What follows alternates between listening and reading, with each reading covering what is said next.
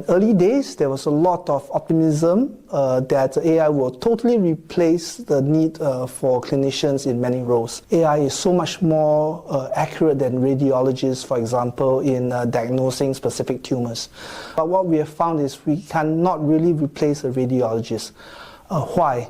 When a radiologist looks at a specific image, they are looking at potential many specific diseases that they can diagnose from the image, and therefore still need the radiologist there to make the final judgment what the image is actually trying to say.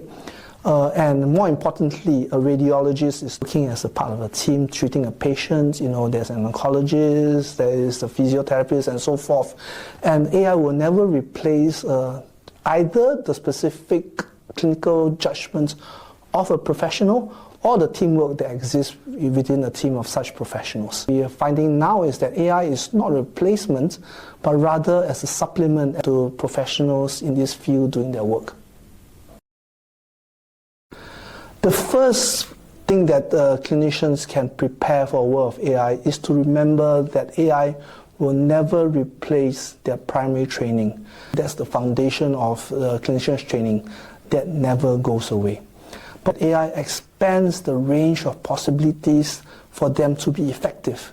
With the advent of large language models and much better access to disparate pools of data and information about patients, the range of information and insights we have for specific patients, the ability to summarize that, and now clinicians can make a much more holistic and better informed set of clinical decisions to treat their patients with the advent of AI. The challenge in healthcare is to ensure a few things. The first is to ensure privacy respecting access to data. Healthcare data is the most private kind of data. The data has to be accessed with the consent of the patient. And patients often only give consent to the use of data for a specific treatment. We need to take care of both the privacy and the consent requirements for this use of data, and that's very challenging in healthcare.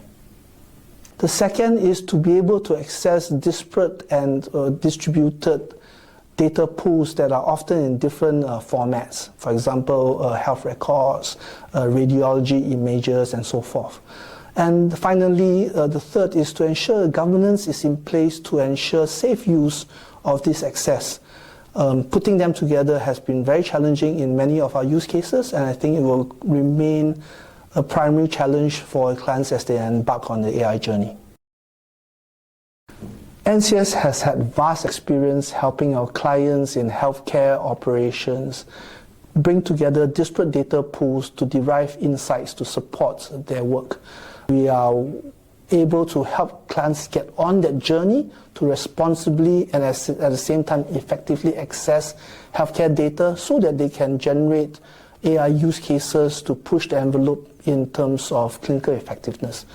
In AI deployment, there's a balance between the speed at which we try to deploy new AI use cases with the caution that we need to put in place the structures that govern the use of AI in a safe, responsible, and resilient way.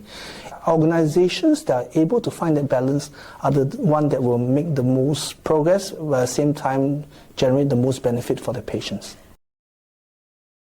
Singapore has been focusing on three aspects to further the AI agenda for healthcare.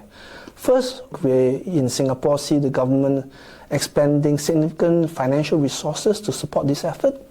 Second, government has been putting in place a strong regulatory and ethical framework to ensure safe and responsible access to data that supports the AI models.